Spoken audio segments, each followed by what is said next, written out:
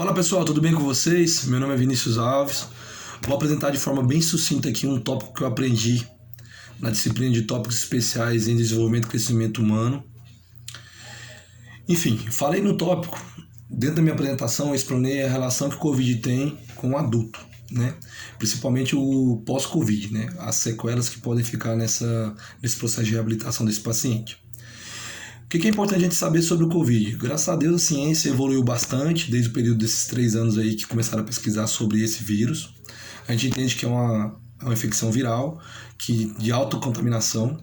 Entendemos também que o Covid hoje possui vários sintomas, que pode ser desde sintomas respiratórios a sistemas musculoesqueléticos.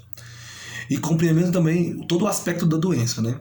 Enfim, o que vale a gente frisar em relação ao Covid? Para aqueles pacientes, né, que sobreviveram ao Covid, a resposta pós-Covid pode criar algumas sequelas.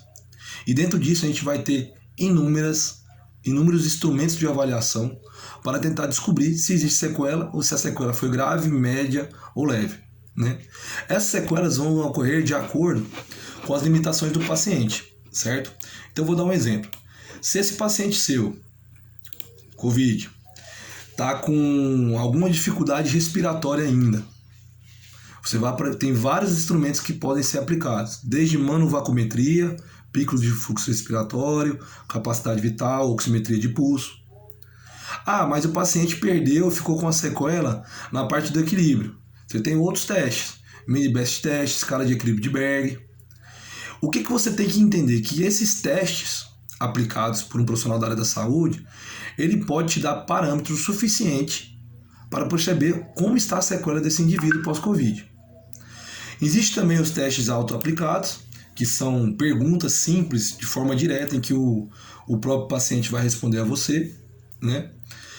E com esses dados na sua mão, você enquanto profissional da área da saúde, né, você como professor de educação física, você vai construir um protocolo de exercício para esse indivíduo pós-Covid, que vai ser de acordo com a sequela que ele teve, né? Com essa comorbidade que ele está acometido nesse momento. Pensando nisso, o princípio mais interessante a ser seguido nesse processo é o princípio da individualidade biológica. Com esse princípio em suas mãos, a gente tem hoje um método FIT, que é um método frequência, intensidade, tipo e tempo de treinamento, que vai ser o mais direcionado para os pacientes pós-Covid, né? Nesse método você vai ter os 4 elementos, né? O exercício aeróbico, o exercício de força, os exercícios de flexibilidade e os possíveis exercícios para trabalhar a musculatura respiratória. Dentro disso você vai montar um cronograma onde você vai colocar cada elemento desse aí planejado para que esse paciente seu evolua de acordo com aquela sequela que ele teve.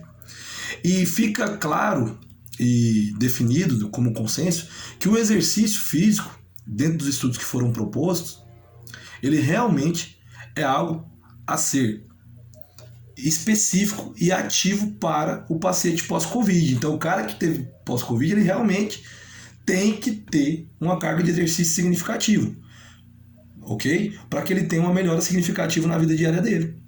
E essa sequela o mais breve possível acabe. Foi isso que eu apresentei. Claro que na apresentação nossa foi muito mais explanada, teve mais tempo, mas de forma resumida foi bem isso aí que nós conseguimos compreender.